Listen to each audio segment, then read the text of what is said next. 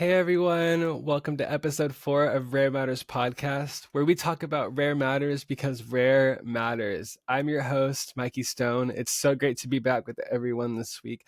As always, I can't believe we're already on episode 4. I know it's only episode 4, but to me, I'm just very happy that this has kind of picked up and we're going, and I get to share with you my experiences, others' experiences of living with rare and undiagnosed diseases. This has been an amazing experience, and I thought when I started TikTok, I thought that was like my peak of advocacy, but this has just brought it to a whole other plane, a whole other level, and I'm so happy that all of you are here with me on this journey. And, my goal for this podcast really is just to help all of y'all out there realize you're not alone. Yes, all of our situations and stories are unique to us, and our own feelings are valid because our situations are unique. But it's just nice to be able to stand here in solidarity with others in the community and to share experiences, to talk about things that no one else is talking about. It's just really important to me, and I think it's very eye-opening. It's educational, it's spreading awareness, and I think it's just all positivity, so why not talk about it, right?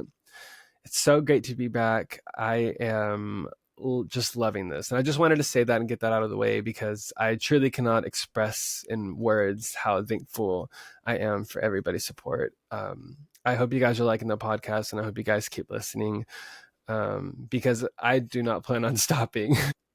Today, we're going to talk about not some hot topics, but I just got a few things I want to talk about, my perspective on some stuff, my opinions, I'm going to share some experiences with y'all.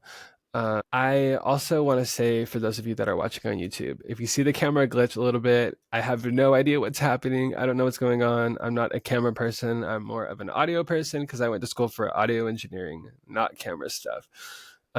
So maybe next week it'll be fixed. I know last week's episode at the beginning, for those of you watching on YouTube, we had a little bit of camera troubles. The camera was out of focus and I had no idea until I was editing it, and I was already like, well, I don't want to re-record it. So I just put it up, but should be better quality this week other than the glitching. I don't know what that is about.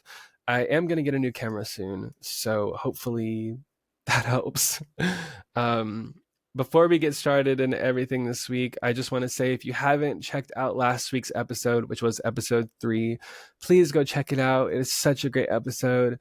I sat down with my friend Savannah, who is living with Addison's disease and functional neurological disorder, as well as some other undiagnosed conditions. And she is just such an amazing person. She sat down with us here on the podcast and was so graciously vulnerable and courageously shared her story and her experience about dealing with her chronic illnesses. I was so inspired, and we had talked before filming that episode, but I was just so inspired by her story, and it was just very nice to relate to someone close to my age, about some similar experiences. We have different conditions, but I think that there are some things that we were able to relate on, and that was just so eye-opening, and I hope it was very educational. I hope it was comforting as well for those of you out there battling similar conditions, because I always say you're not alone, same ocean, different boat, because all of our stories are unique to us. Our feelings are valid. No situation is the same, even with people who have the same conditions. Your story is unique to you, and that's what makes it special, and that's what makes you special. But that's also what can make it hard and isolating. So I've realized when there are moments that I'm able to connect with people, and even just the tiniest ways, it just makes me feel just like a little bit less alone, and it's just such a great feeling. So that was another reason why I wanted to have her on too, just for other people battling similar stuff. Just, it was just very touching, very moving, and it was nice sitting here in solidarity with her. So yeah, I could go on and on, but just go check out the episode, guys. It's such a great one. And again, that was episode 3, Rare Matters podcast. I think the title was Courageously Candid, Savannah Story, something like that. But go check it out, you guys. So if you guys are ready, curl up in bed, get on the couch, get a blanket, get some snacks, a bevy. If you're listening to this on the road, keep your eyes on the road, bestie, but keep your ears open because not that this is like drama or tea, but I just have some stuff I want to talk about because I get a lot of questions about this stuff, and I was like, I could turn this into a whole podcast episode. So that's what I'm going to do. We've got 3 topics to talk about today. We're going to be talking about topic 1, navigating the world. This is a huge topic I get asked about, like, how have I adapted to being disabled? How do I see things differently? You know, that kind of stuff. And I'll be sharing some like life hacks with you guys. We're also going to be talking about like my hopes for my future. Like, you know, a year ago, I didn't even know if I'd be alive or not because I just was not doing well. And that's not being dramatic. I genuinely was like, I don't imagine myself, like I can't see myself being here, but I am. Hello. And so thankful to be here every day. But I just want to talk about what I see for my future now, because I'm finally at a point where it's kind of easier for me to envision. So that's something we're going to be talking about. It might be a little heavy, so trigger warning, but I'm very excited to talk about that. The last thing we'll talk about today is going to kind of be like a real talk. I just want to kind of talk about boundaries with you guys, because boundaries are so important in any relationship, whether that's platonic, romantic, whether it's familial. You know, boundaries are the foundation of healthy relationships. I truly believe that. So we'll be diving into that a little bit as well. So without further ado, let's get into this week's episode. All right. So for this first section of the podcast, I want to talk about how I'm navigating life, what this new journey has been like for me, how I have adapted, what's hard about it, what's easy about it, if anything, you know. I also want to discuss the unique challenges that individuals living with undiagnosed and rare diseases face in navigating daily life, how life can go from being completely normal, or, you know, what your old normal was, to being completely different. It can really affect your mental health, and that can in turn affect your well-being, your physical well-being even more. I want to share some personal like anecdotes and tips for overcoming obstacles related to like mobility stuff, accessibility, and also some societal misconceptions, because I get a lot of people in public that come up to me and are just like, I've had a guy come up and be like, what's your ailment? Like, it's none of your business, but you know, I get it. Some people see me in public, and I'm sure some of them are like, "Oh no, like what happened to this guy?" But we're gonna talk about that, some right ways to ask questions, and that'll go back into like the boundaries stuff. But I think that is important. I think it just needs to be talked about.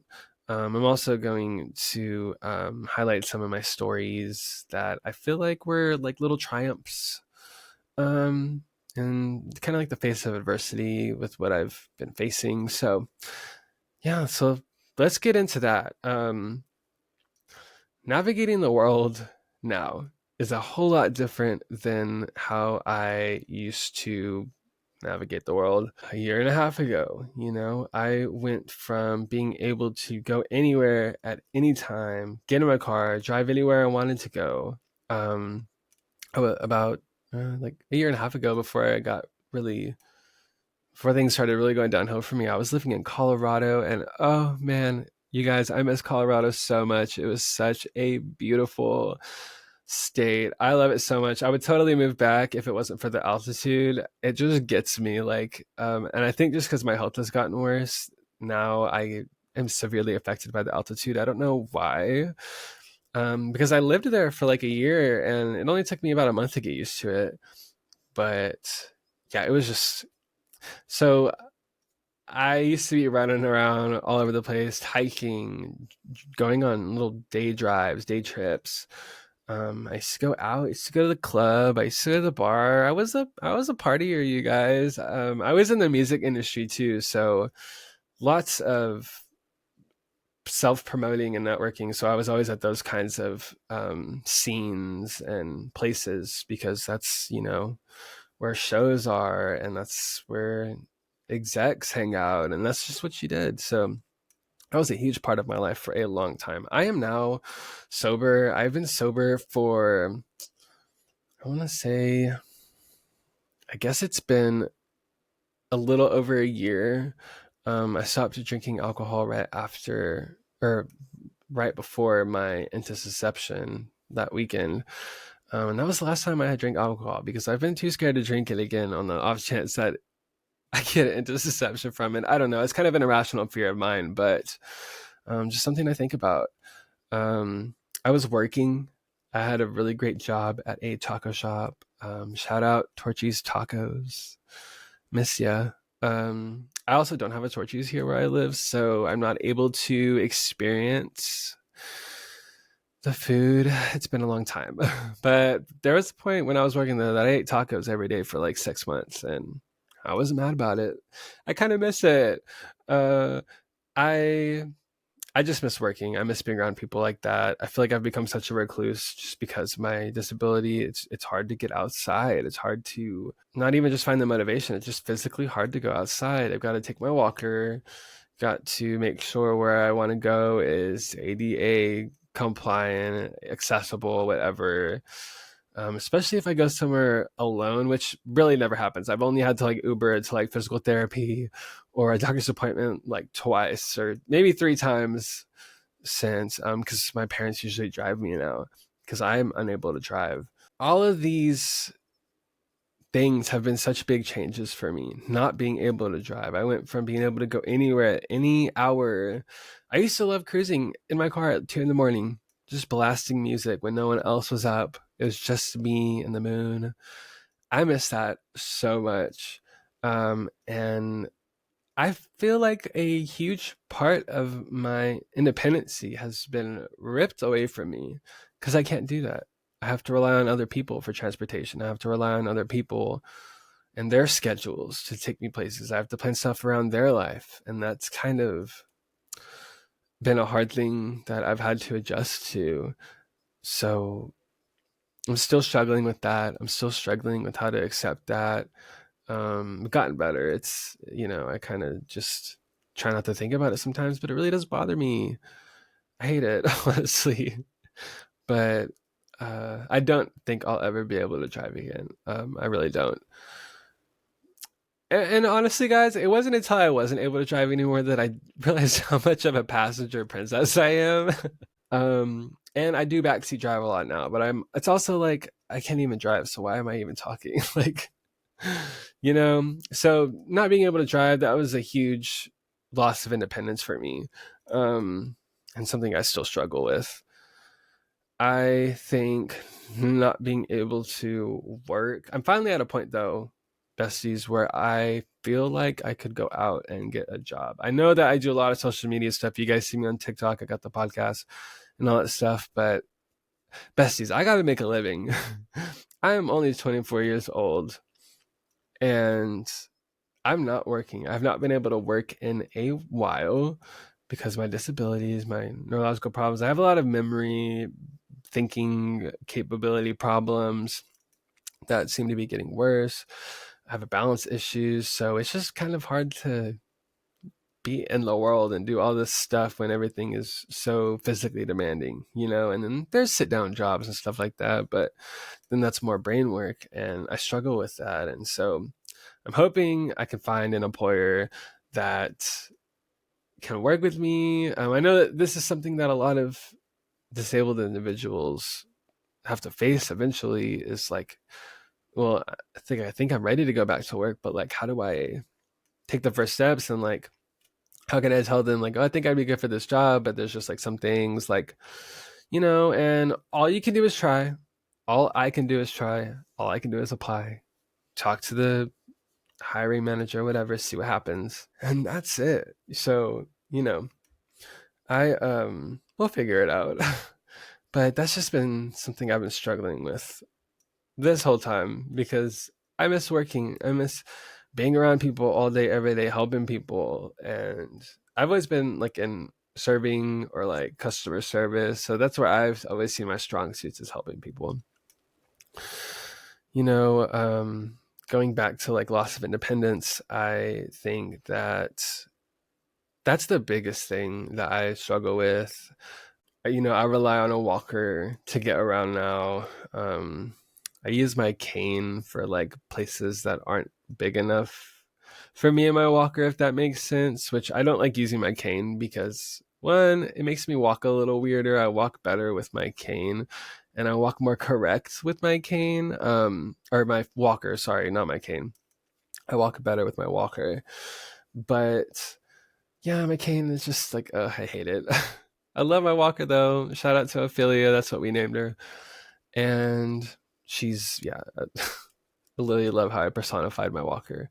My walker is my best friend. And in terms of making the world more accessible, 100%, I feel like I can safely go out now, feel comfortable. It makes me feel better. I have this irrational fear because I fall a lot.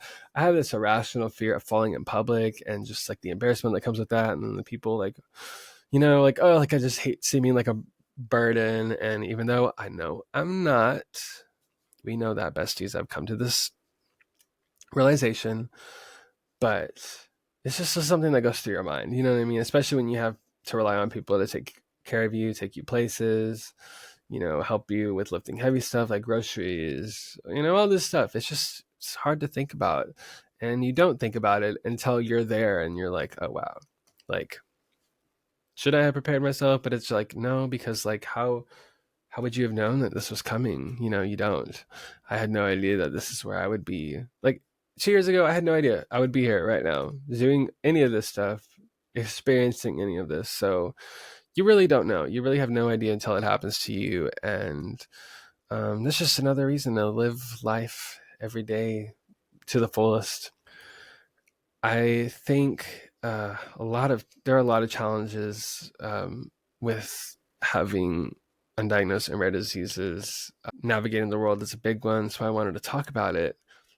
I think that there's different areas you could go into. There's accessibility, whether the place you want to go to, let's say it's like a nice restaurant, or there's like an art exhibit that's opened up, or a museum, or if you need to get somewhere and you need to take public transportation or you have to Uber, like that. Let's talk about that for a second, because that's something that I am kind of embarrassed about. Is I wanted to go places without having to rely on other people, right? And so, I could Uber, could go anywhere I want, anytime. But the thing is just having to ask the Uber driver to help me put the walker in the car. Is the car going to be big enough for the walker? Like, and like the stigmas around that. And it's just a little bit of insecurity on my part mentally that I think about when it comes to that. And that is not great to think about. I wish I didn't have to. I wish I could just be like, whatever, it is what it is.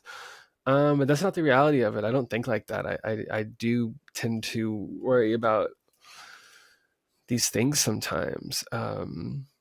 Like, is this an inconvenience, but like, this is the only way to do it. So like, do I just do it and like not care? Do I just take up that space? And the answer is yes, you can't care. But it's just something that's always in the back of your mind. I think there are some things that have made this easier for me. Like always going with a friend. My brother goes with me a lot of places. That makes things easier. Scoping out where you want to go first, calling ahead, making sure these places are accessible for you, whatever physical limitations you have, if any. Doing your research beforehand, like if you're going to a restaurant, say you can call ahead and say, hey, I want to make a reservation or whatever, but I have this disability or this physical impairment, and I want to know if there's any way that you guys could accommodate for me. And it sucks. Oh, it sucks because it's like such a attention is all on you, especially when you walk into anywhere. And this kind of gets into like the social misconceptions about stuff, but I just hate that because I just want to blend in with everyone else, but it's like you can't because I'm lugging around this 20-pound walker and I'm young, I'm 24. So people are already staring at me like, why is this guy using this walker? Like, what happened to him? Like, all this stuff. And man, it's exhausting mentally to think about. And I really try not to let this get to me. I am in therapy, besties. I go to therapy once a week. I talk about a lot of these problems with my therapist. I'm trying so hard to work past it because this is my new normal. This is me. This is it. And I am just trying to get used to life. And it may seem like I'm going around and around in circles. I'm sorry for that. If this is a very unorganized topic, it's just such an emotional one for me. My brain kind of goes to a lot of different places all at once about it. It's very hard. But I guess another one of my tips for this would maybe seek out some mental counseling, therapy. It's helped a lot. It really has. I'm not as sad as I used to be. I'm not as like, woe is me as I used to be. I don't feel like I'm a burden anymore. I realize that this is just how I am. And these are the things that come with me and I'm still perfect. You're still perfect. Just the way you are. And I guess that's an important takeaway from this conversation for sure. We've kind of talked about accessibility, which is a huge thing with navigating the world. We talked about a little bit of like the mental aspects of navigating the world, the toll it takes on your mental health, realizing, hey, this isn't as easy as it is for other people, getting around and going out and doing things at the drop of a hat, drop of a hat, drop of a pin, whatever that saying is, you guys know what I'm talking about. It's a lot. Going into societal misconceptions, I think that there's a lot of misconceptions about traversing the world as a disabled individual. I think accessibility was a big thing. Like, it's one thing that scares me is the lack of education out there. I recently saw this video on TikTok and I posted a stitch. So if you guys go to my TikTok and watch this, you guys can go and listen or watch it. But there was a woman, she might have been around my age. She was pretty young and she was in a Walmart. She has POTS. For those of you that don't know, POTS stands for like postural orthostatic tachycardia syndrome or something like that. I could totally be wrong, Bessies, but it affects your autonomic system, I believe, your heart rate. People that have this often, sometimes, not everybody with POTS faints, but some people, their heart rate can get so high after going from sitting to standing that they can pass out. This woman, she had a service dog with her. She was in a Walmart and I think she was kind of feeling weird. So she took a beat to sit down. She paused and was like, hey, something's weird. I'm just going to sit for a second. And so she just sat down on the ground with her dog, trying to let her heart rate, I think, slow down, catch up with her. I really don't know the entire situation, but from what I saw, this lady, this Walmart employee, completely disrespected her in the craziest way I've ever seen online. And I'm so glad that this person was recording her experience. But she was giving her so much hell about having the service dog Why was she sitting on the ground? All this stuff at once. I mean, it was literally just so disrespectful, so crazy. She explained, "It's my service dog. I have POTS. I don't feel well, so I need to sit down." And the lady was like, "Well, grab a chair, let me get you a chair." And like, she was trying to explain, well, if I faint, then I'll fall out of the chair and I could hurt myself. And the employee, I believe she was a manager, which was scary, was not grasping the situation. She was not understanding at all. The sad thing was is that she was not even willing to understand. I truly think that all jobs, especially jobs like that, should come with some type of training for individuals with chronic illnesses, disabilities, just to like, and just like, even if it just scratches the surface, just to explain to people, hey, these exist, these people exist, they're here, they're not going anywhere, their lives are already hard. The least we can do is educate ourselves to make it a little bit easier. Because I saw that TikTok and I just was like, that's it, I'm never going anywhere ever again. Because one day somebody is going to come up to me and say, oh, you don't need that walker, oh, you don't need that wheelchair, you don't need that handicap spot. Which has happened. Y'all, we were in the middle of New Mexico. We were coming back from my Mayo Clinic appointment last year. This was last June 2023. We were in the middle of nowhere, New Mexico, at this gas station in the middle of the desert, okay? And we park in the handicap spot. My mom puts my little handicap placard on the thing. And I don't even remember if I went in or not, or if I stayed in the car, but my mom went in, and as soon as she came out, she took the handicap plaque off the rearview mirror, stowed it away, and we were about to pull out when this guy starts knocking on my mom's window. So she rolls it down, and I'm like, my heart is just beating so fast because I have social anxiety. It's so bad. So I was like, oh no, this is it. We're gonna die. Sorry, I'm so dramatic. This guy knocks on the window. My mom rolls the window down, and he is like, "Are you handicapped?" And I'm like, "Oh no, it's happening. I've seen so many videos of this happening, and it's happening to us." So my mom goes, and it was happening, besties. My mom goes, "No, but my son is," and points to me, and he was just like, "Well, you don't have a handicap thing." And I guess we just took it down. I guess he didn't see. And so I reached down and I grab it and I'm like, and he's like, oh. And he had one cane. And at the time, I feel so bad for saying this, but also like, I don't. At the time, I was using like those like these like arm crutches to get around. This was before my cane, before the walker, before the wheelchair. Because I was so hesitant on getting a walker or a cane. I would rather have crutches because it was more normal for someone my age. There was, and that's the stigma around it. It's sad because I was scared to call myself disabled. I was scared to come to the terms that I needed a mobility aid. But anyway, that's for a whole other time. He had one cane, and I pulled my crutches out of the back seat of the car, and I said, "You've got one. I've got two, buddy." He was just like, oh, I'm so sorry. Like, some people just park in handicap spots just to be closer. And my mom goes, well, not us.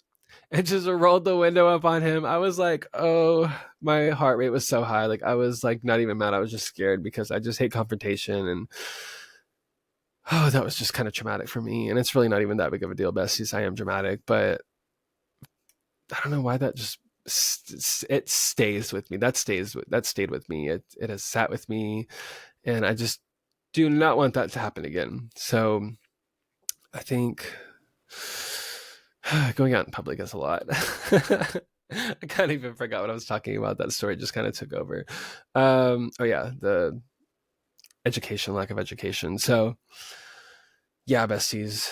I think that's why I want to do this podcast, and I doubt that a lot of able-bodied people watch this. Some might have loved ones out there that are interested in someone who is living with a rareness, a rare or undiagnosed disease, like understanding their perspective about things, totally possible.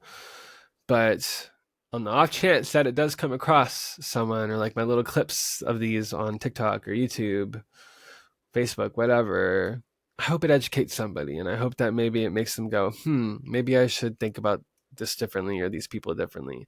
I've also had people come up to me in public and be like, so what's your problem? Or like, what's your ailment?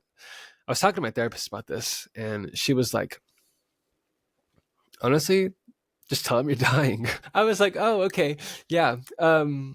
Fair. And because she was like, well, we're all dying, so you're not lying. And I'm like, next time, maybe I'll try it. I don't know.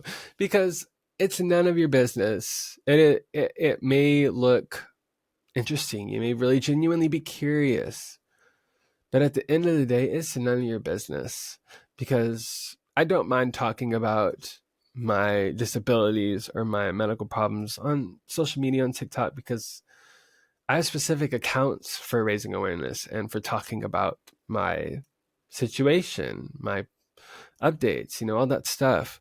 And I have other accounts for regular stuff because I don't want to talk about medical stuff all the time. And sometimes it is traumatic to talk about. I kind of have to be in a good headspace to want to make a video or make an update or, whatever. Even do these podcasts, I kind of have to be in a good headspace. But I've just had so many people come up to me, and I've had people think that I'm on drugs. I have involuntary movements. I have like facial twitching. Sometimes my words are kind of slurred, but my speech has been getting better, which I will give you guys a health update at the end of the video. I'm very happy. I've gotten so many things. I've not been let into like clubs or bars before. Not that I really have gone out in this condition, but last summer I did visit some friends, and my fear was that I would not be able to get into like a venue because either like I look drunk, I already look drunk, I have ataxia, so my balance, my coordination is not there. So I walk around like a drunk person. I walk around like I'm on drugs. I get it. I really do. I get how it looks. But not everything is as it seems. And just because it looks that way doesn't give you the right to just come up to me out of nowhere and start a conversation like, well, what's wrong with you? You look like this, how long has this been happening? Like, I don't want to talk about this right now. I'm at the grocery store, or I'm picking up some food, or I'm at the park trying to get some sun and go on a walk, and I'm always nice because I believe that everyone deserves kindness. I believe that there's always a chance to educate, and you can do it in the right way. And I want to be that person that does it in the right way. But at the same time, it's like at the expense of my mental health, I also have to set up boundaries, which we'll be getting into. I have to set up boundaries with other people, and even myself, I have to set up boundaries.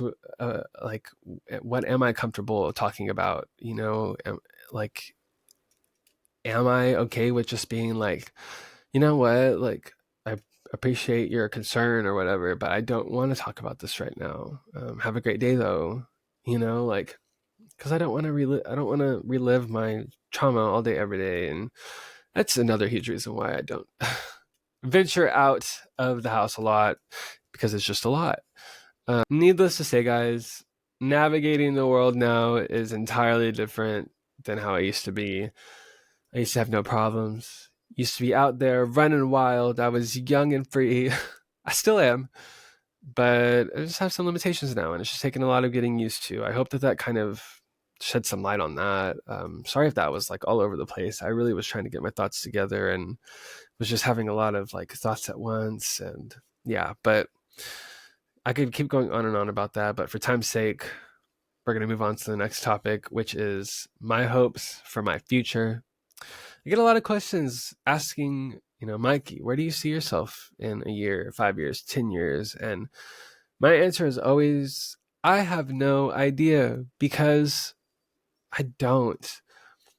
I had no idea 2 years ago that I was going to wake up one day and my intestines were going to be folding in on themselves and my whole life was going to change after that. I had no idea that I would be have a genetic mutation that causes epilepsy. Like epilepsy was not on my 2024 bingo card, guys. That's answers though. But so it's just, you never know what's going to happen. So I always say day by day, one step at a time. That's really all you can do. It's made life a lot easier for me. There are still some times where I get hyper fixated on things where I'm like, well, how is this going to affect me later? Like, because I do eventually want to be able to live independently again. I want to be able to move out of my parents' house, prove to not anybody else but just myself that I can live alone again, that I can be in my own space, create my own safe haven, my own sanctuary again. I miss living alone, guys. I miss living alone. And for those of you out there still living with your parents, disabled or not, it's not the best situation. But I'm thankful to have a place to be, a safe place. But that's just a goal for me. Like, it's not even just wanting to get out of my parents' house. I genuinely just want to prove to myself that I can do that. I can do that again. I can live alone again. I could have a job. I could go back to school, which I am. Besties, I am going back to school. I am studying cybersecurity. I start this summer. I'm very excited, but I'm very nervous. I still have a lot of cognitive problems, but there are accessible ways and to go back to school. My school has a great disability service, so they make accommodations for me, like getting extra time on tests. My campus is very ADA compliant, so that's awesome. And there are also softwares and programs out there for people with like memory problems, cognitive problems. There's just all types of things out there, besties, and maybe I will see if one of those wants to team up as a sponsor. That would be really cool. So stay tuned for that. But yeah, there's so many things that I want to do, and I could sit here and list all of them. But at the same time, it's like, I need to just get through today first. And it's okay to have goals, especially long-term goals. Everyone is different. And this kind of goes into like, everyone is different. But just for me personally, I don't like to make long-term goals because I don't know what is going to happen. I like making short-term goals, like for like a few months in advance, or maybe even a year ahead, because to me that's more reasonable. It also helps chill me out because I have this fear that something crazy is going to happen to me again, like my body's going to shut down again. I might almost die again. I don't know. It's just always in the back of my mind. I know it may not seem like it sometimes, but it's there. It is. It always will be there. And the truth of the matter is, you can't let fear control your lives or your anxieties, especially when you're living with chronic conditions, even though that's kind of hard. It's like easier said than done, obviously, right? It's one of the hardest things, but it's also nice to look forward to stuff, and could be really good for your mental health. I'm not telling you what to do. I'm just saying what works better for me. I'm saying I get very overwhelmed when I make long-term goals, because then it stresses me out, because I'm like, well, what if my body isn't there for me? What if it decides to do a 180 again, and then I can't do those goals anymore, then I'm going to be disappointed. And but see, it's like a cycle, because you could go back and forth, around and around, like, oh, but you can't let fear rule your life. But also making those long-term goals, like, so it's I struggle with it a lot, and you guys are witnessing me struggle with it. It's very different. It's difficult. I don't know how to handle it sometimes. I talk about this in therapy too. And we'll be bringing this up to her again, because I do need to work some stuff out. But I just don't know. What I would like to do, I would like to go back to school. I'm working on music. I would like this podcast to go somewhere. I could see myself doing this forever, and this being like what I do, and eventually making a living off of it. I don't know how unrealistic that sounds. I've always just been a creator, and I've always just felt comfortable creating stuff, and that's just how I've gotten by and through my hardships. And was creating. So I guess for my future, I see myself creating for sure. I see myself, going back to school. I'm starting with one class this summer just to see if I can even handle it, because I don't even want to make any plans for future semesters. If I do this semester and I'm like, you know what, like this isn't the best for my mental health, or this isn't smart for me physically, like, or if it's even something that I can do, because I know it's going to be very challenging for me and just my brain problems in general. I mean, we can go deeper into it too. Like, I want to date again, but I am not really looking to date. But I see myself dating. I see myself being with somebody in the future. It's gonna have to take a very special person, honestly, for me to want to be with them, because they'll have to be educated. They'll have to be, like, not like scholarly educated. I just mean in terms of like, emotionally available and educated on maybe that not everything on the outside is all that there is. Maybe the inside matters too, and maybe the inside matters more than the outside. I could go on and on about that, but that's something that I'd be open to in the future. I see myself again living alone one day.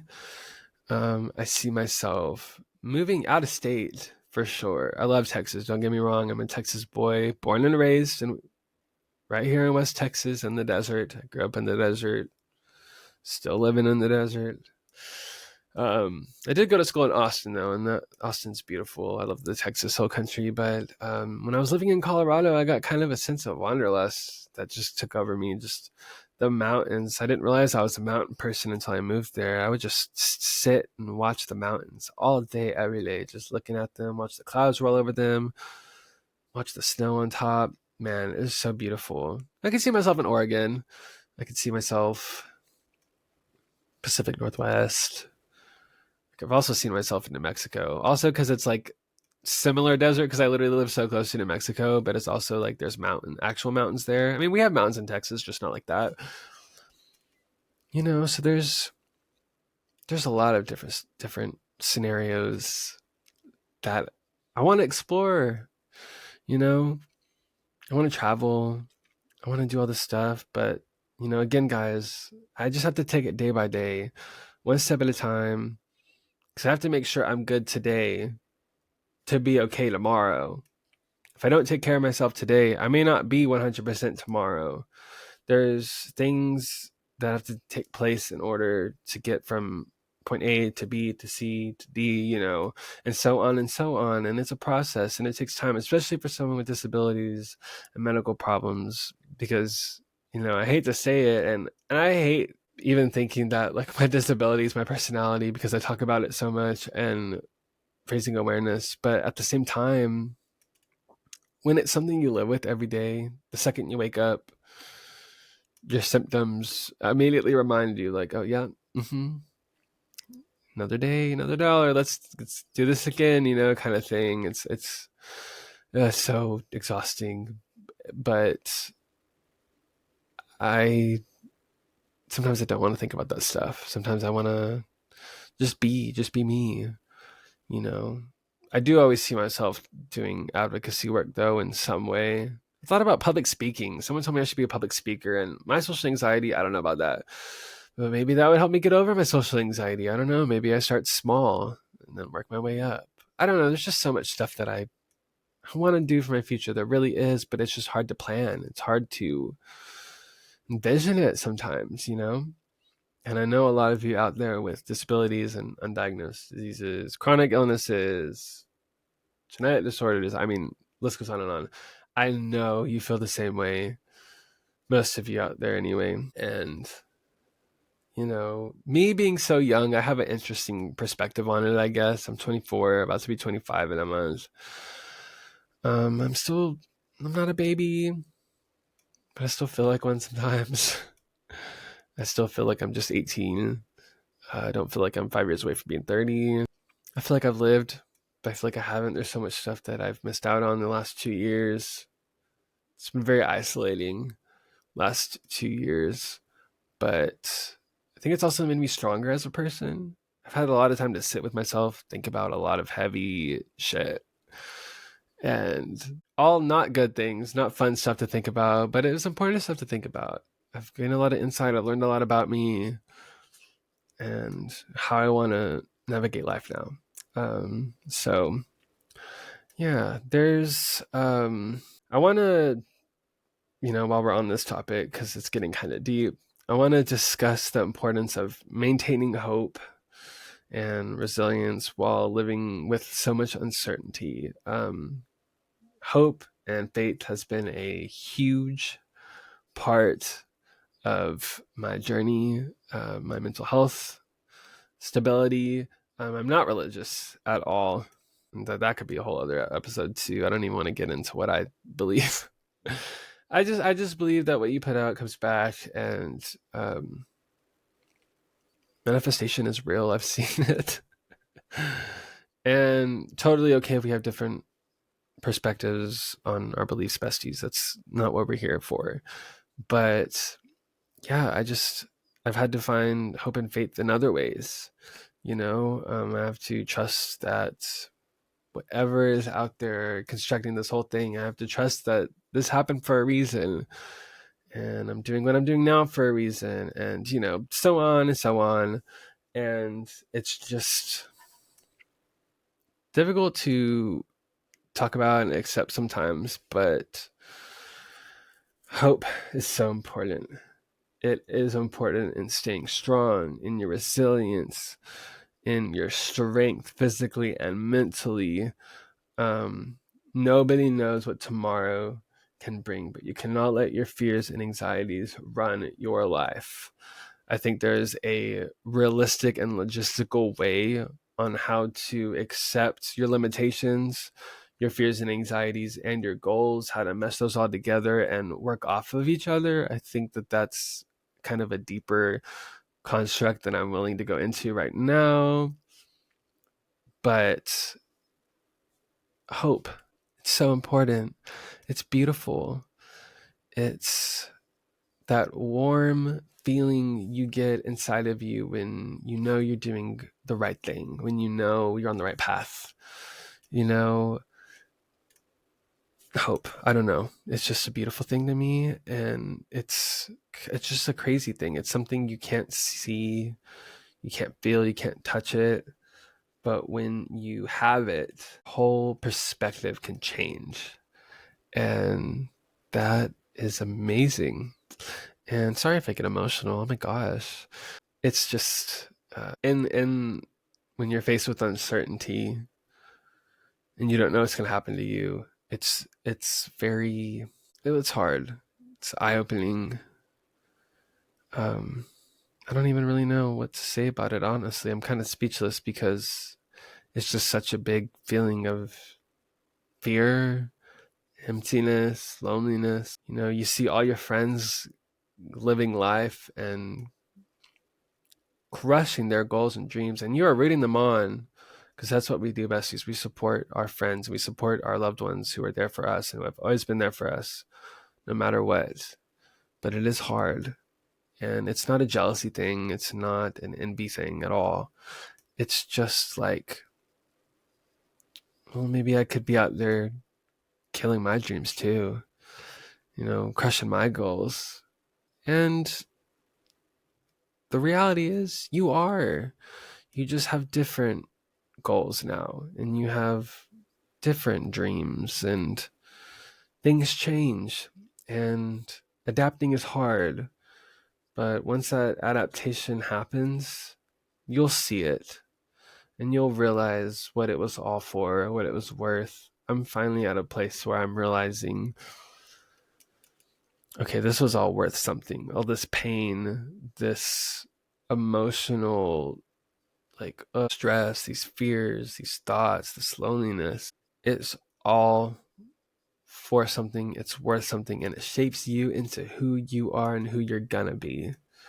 And it's honestly, it's awful going through this stuff, but it is such a beautiful thing. Hope and resilience. When you can find hope in your situation, you've got it. You have got it. You're going to make it out of this.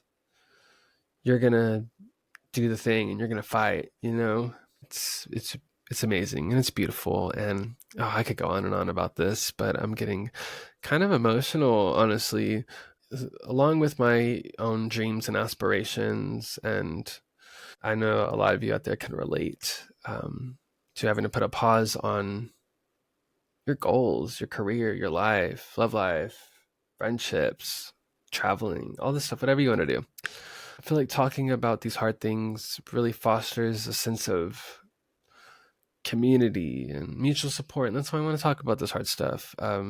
Because I don't know, it's relatable to a small percentage of people out there in the world. And it could be like one of those situations where it's like, well, I was thinking it, but he said it. And that's why I'm saying it, because it's so true. And you're not alone. And I'm saying this out there for everyone out there just going through hardships, not even with disabilities or anything like that, or medical problems. It's just, man, it's hard. Anyway, besties, my hopes for my future are bright.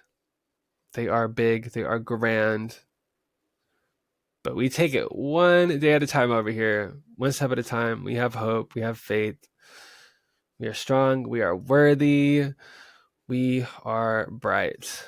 Okay, so say that to yourself in the mirror every day, and good things will happen, I promise, even if it takes time. Okay, the last thing we're going to talk about. Sorry, I know this is kind of a long episode. This is going to be kind of some real talk. I want to dive into the importance of setting boundaries, also practicing self-care when living with chronic illnesses. There's a lot I could say about that. I'm going to discuss strategies for establishing healthy boundaries with healthcare providers, with friends, with family members, because there's so much that goes into a relationship with all of these people in all these different settings. I'm also going to be sharing a few personal insights and advice for maintaining emotional well-being and managing stress, because you don't have boundaries, stress can creep in, the unwanted thoughts can creep in, and it's just very important to have. So let's get into this real quick before we end today's episode. Boundaries, yeah. So I am a very public person. You guys know me from TikTok. I'm sure you guys know me from social media, from this podcast. I don't mind being vulnerable about my situation, but that doesn't mean everybody wants to be vulnerable about their situation, because it's their situation, it's their own experience. There are so many people out there that invalidate others without even knowing that they're invalidating these people's experiences. Lately, I've been having a lot of problems on TikTok. Internally and externally with other people, but just internally I've been having an internal problem, like with the way people talk to me and ask me questions that maybe could have been worded differently. I just want to say, if you're ever curious about someone's condition or illness, or especially if they have a visual, physical difference that you can see, kind of like me, um one, it is not your business. It's not your place to ask. If they want to share that and disclose that information with you, totally cool. Then maybe that opens up a door, But also, if you are just going to go ahead and ask somebody about what they're going through, or whatever your question is, there are right ways to ask. I get a lot of questions and I don't answer a majority of them because they're not asked in the right way. I don't want to answer that. I had someone on one of my intussusception stories on TikTok ask me, I shared my intussusception story that I shared with you guys in the first episode of this podcast. And someone was like, so then why does your voice sound like that? And it's like, valid question, of course, but the way you said that kind of gives me the ick. Like, for real, besties. Maybe instead of saying, so why does your voice sound like that then? Like, I don't get it. Maybe instead you could say, hey, thanks for sharing your story, whatever. I noticed, you have slurred speech. Are these two connected? If you don't mind, or maybe start off with if you don't mind me asking, or hope you don't mind me asking, or end with you don't have to answer if you don't want to. I don't know. I mean, this is all just stuff that I want to hear, but like, will this happen? No, probably not. I get a lot of questions like that, and it's just like kind of disrespectful. And I know people don't realize they're being disrespectful because they're just like, well, I'm just asking a question, just curious, totally valid. But there's a right way to ask questions. Especially if you don't know the whole situation or you're not willing to like dive into my situation. I get a lot of people asking so many questions, especially when I have tons and tons of videos and resources on my accounts and my pages explaining my story, explaining their question that they asked, and these rude questions too. I get a lot of rude questions. I get a lot of rude and invasive people also. I think a lot of people think that just because I'm so open to sharing my story so vulnerably and online in front of millions and millions of people, that it's okay to just ask whatever, to say whatever. And it's not. I see it. I read everything. I read every comment. I really do. I read every message. I may not respond to all of them, but I read them. And I care. I do care what you guys say. I care. I read the comments because it's a lot of people going through so much stuff like me, and I want to respond to you, and I want to hear your story. I'm genuinely curious because I can always learn a thing or two as well. I also just would love to support you guys. Love to support you guys in any way possible. But the age of the internet this day is crazy. Oh my gosh. Uh, it's it's it's just something that I'm struggling with right now. I have amazing moderators on TikTok, so they always make it very clear to everyone. I get a lot of questions about my dating life and what that's like. If I want a boyfriend, if I want a girlfriend, if I, whatever. And I don't mind those questions so much because it's, whatever, it's valid. I don't mind the attention. But no, kind of kidding. I'm a flirt, what can I say? But I get a lot of other questions asking, are you faking this? Are you blah blah blah? Like, it's just a lot. And man, I can go on and on. I was gonna pull some comments and questions up, but just show you guys, but I was like, no, like I shouldn't do that. I don't want anybody coming for me. But yeah, I kind of also want to discuss strategies for establishing healthy boundaries with not only online. I'm kind of just talking about my story, but I want to kind of help you guys out real quick too. We talked about boundaries in my medical gaslighting video, which I believe was episode 2. Go check that out as well. But boundaries are important when it comes to your healthcare providers because it lets them know, like, I'm here for you seeking this help because you went to school for this. You're knowledgeable in this topic, in this situation, but I'm a human being. I deserve respect. I deserve your time. I deserve to be listened to thoroughly. And if you're not going to give that to me, then I'm going to have to go find another doctor. And some doctors might be like, okay, go do that. You know what I mean? But some, you never know. Once you establish boundaries, might be like, oh, you're right. I'm so sorry. Let's try this again. Let's look into this. You never know. So establishing boundaries with healthcare providers is very essential, and it's best to be straightforward about it. Like, I'm a very socially anxious person. I'm very much a people pleaser. I'm very awkward. And so bringing up those hard conversations, especially just out of the blue, like, okay, hey, wait, I have to talk to you about something, kind of thing. Like, it's so hard for me. And it's so like, I don't want to do it. My face is getting all red, like thinking about it. But it's very important. Also, with friends and family members, since I've become disabled, I have had friends want to go and do a lot of stuff, and I've had to say, hey, there are some things that I can't do. And then be like, okay, yeah, that's fine. and then still trying to want to go and do this stuff anyway. And it's just like, hey, respectfully, I told you what I was comfortable with. Things have changed. I'm not the same. I mean, I'm still me, but I just have some limitations, and I need you to respect those boundaries. I need you to respect me. And that's a hard conversation to have, that I've had to have the last year. You know, I've lost a few friends over stuff like this. So, yeah, that's hard. But in the end, it's better for you because no one knows your situation like you. And if they're not even willing to respect you or hear you out, then it's just like, why? We like, what's that Ariana Grande song? We can't be friends. Yeah, that part. Especially also with family members. Listen, it's hard because family, they love you unconditionally. It's your family, and they truly hate to see you when you're not doing your best, right? My family loves to cope with humor, and I'm all for it when I'm in the mood.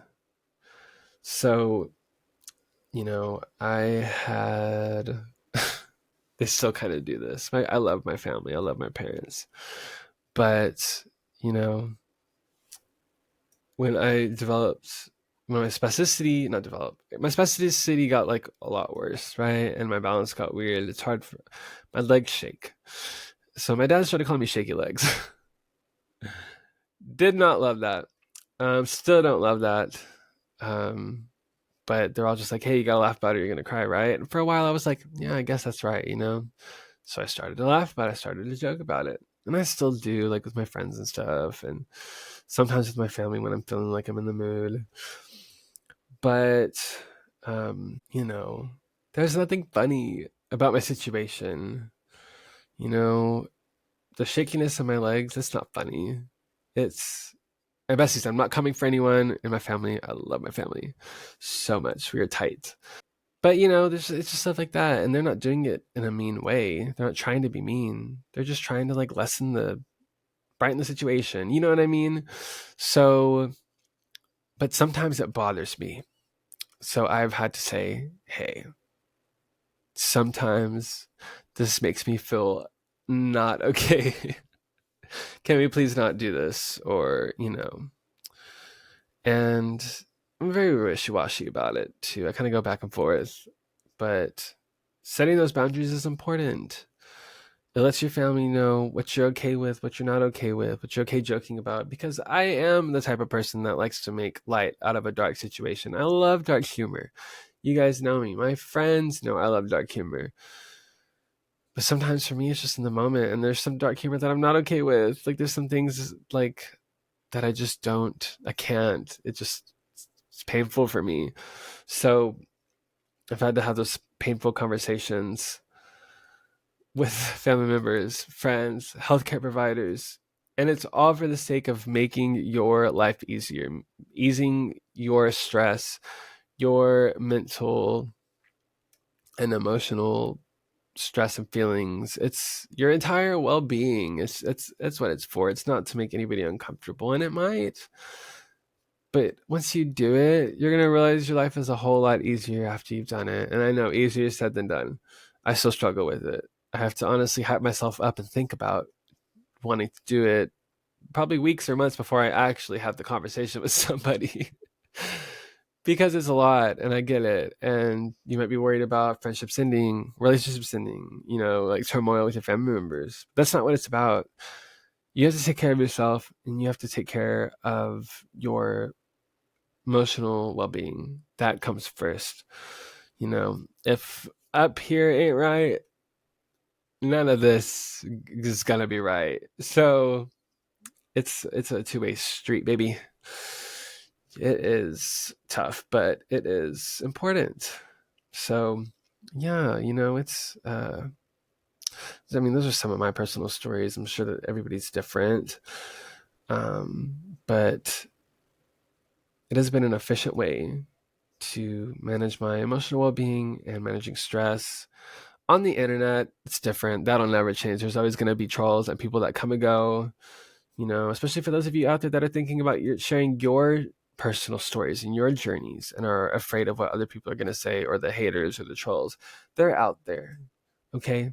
But at the same time, if that's what's going to help you heal, help you start to move on, start that process, go for it, do it. Fuck them. It's not about them. This is about you. It's about you healing, you moving forward, and you taking that step to that next era of your life.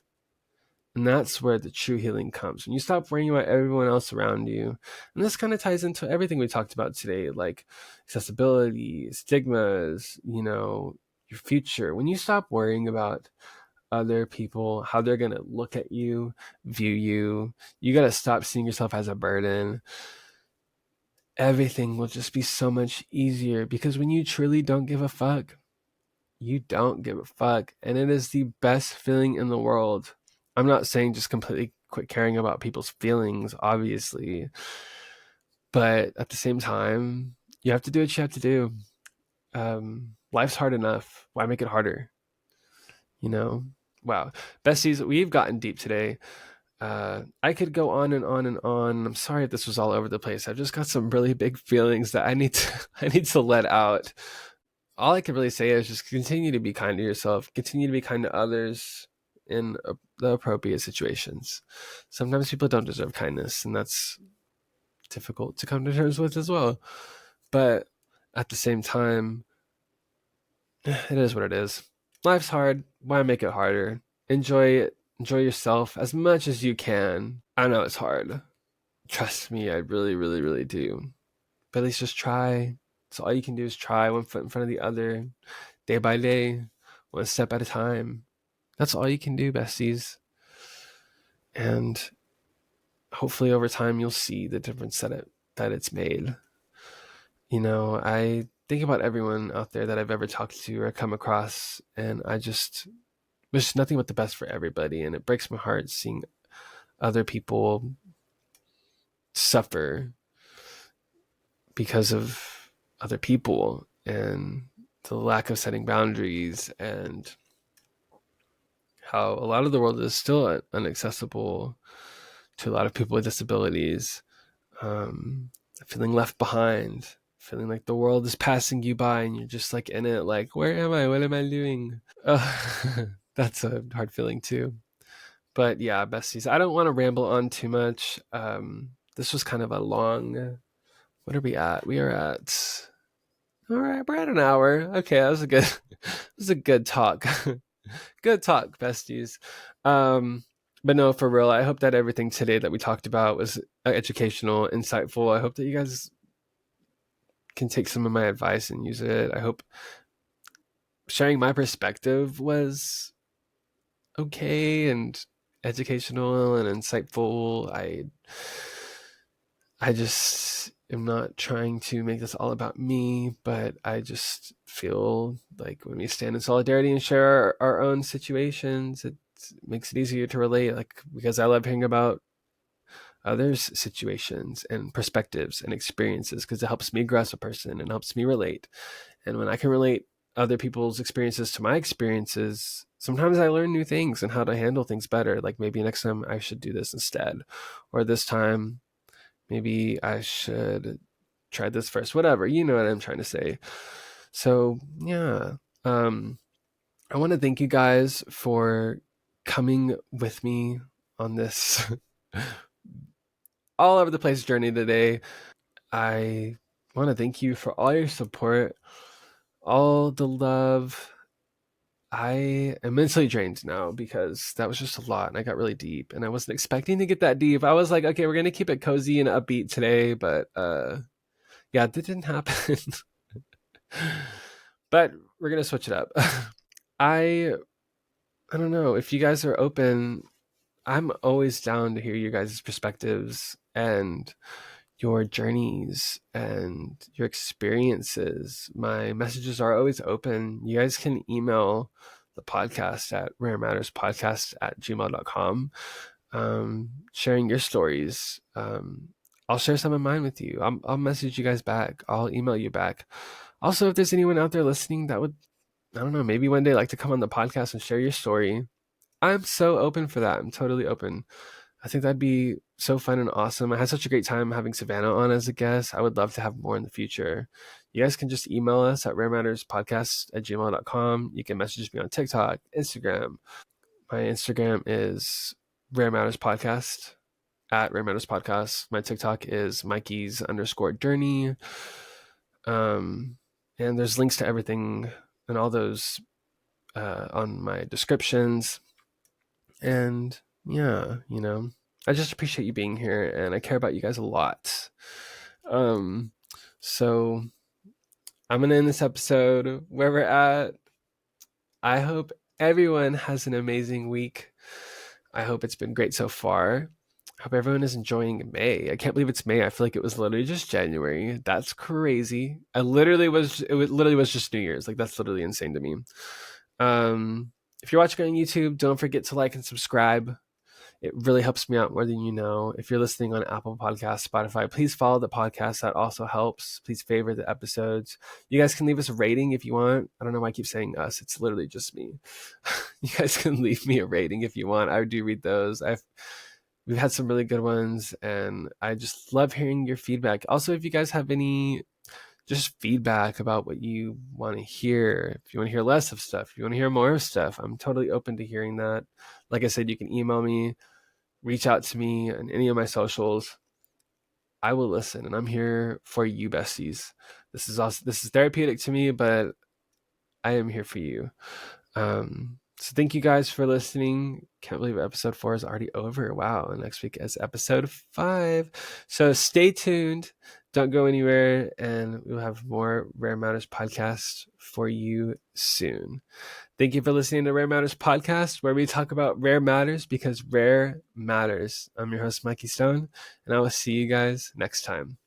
Goodbye, everybody.